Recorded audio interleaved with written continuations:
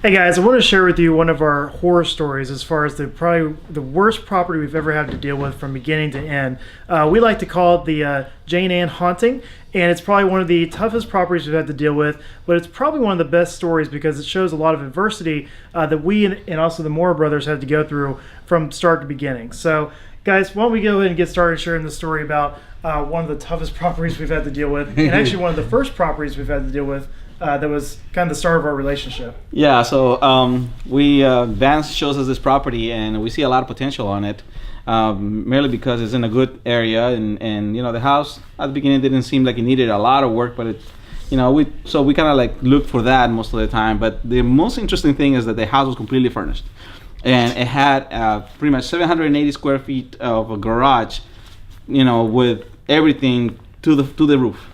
So in another way, we kind of say, hey, this could be a treasure hunt too. You know, we're gonna find, maybe, who knows, maybe we find something that, you know, people have been looking for forever. Find a safe and get some money. Find a safe, yeah, some money. I don't know. We can just, you know, keep the house as it is. But no, we found definitely a treasure and something that we're not looking for. Okay. Yeah, definitely. We found. I mean, it was infested with rats. What else? Pigeons living in the attic.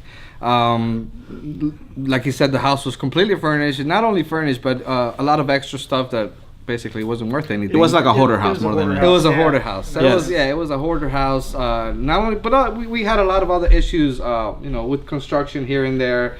But after that, we had another issue with what was it, the appraiser, right? Appraisal, yeah. So the construction was pretty difficult just because of the fact that we found the rot behind the cabinets. Oh, yeah. We had to move some plumbing. We had to do the foundation work, which was a huge expense. And you know, that project ended up costing us more. But I think all in all, we ended up selling it more. So the great part was, well, I came in the play and I said, hey man, let's list it for 150 or I think 145. And Mike said, no, we've got to sell this thing for 160. So, I'm always the one that's pushing it for a little bit more. A little bit more. So I Finance said, you know what? Great quality. Let's go ahead and try to push that price. So we did actually list it for 160 and sold it for 169. 169. And which was great. Great sales price. Inspection went well.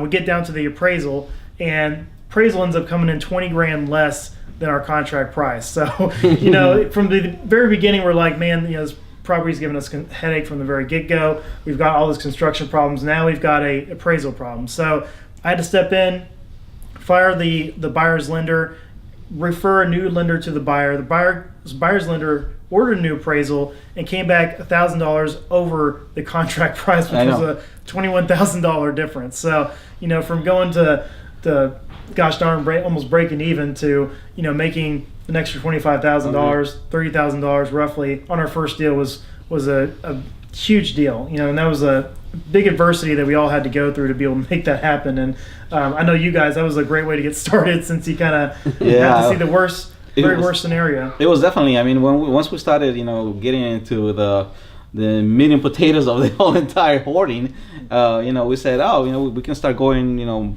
box by box and see if we can find something. That was the interesting part. But later on, we realized that pretty much everything there was just trash, and we spent actually a lot more money than we thought in trash, trash than we did in a lot of the construction. So that was one of the horror stories, I would say, because you don't expect to spend that much money in trash. Yeah, just trashing everything, you know. Yeah. And unfortunately that's the way it went. But at the end, it turned out to be a good deal, but definitely a learning experience. You know, when it comes to buying a house that's completely furnished. Oh yeah. Yeah, no kidding. And of course, you know, from that point, we moved on to some other properties, and one like we're kind of standing in now, that's a little bit less of a hoarder's house, but more of a complete full gut job. So you know, going from the mean lean to now the mean green. Hopefully now we can move on to some better non-horror style properties. Yes.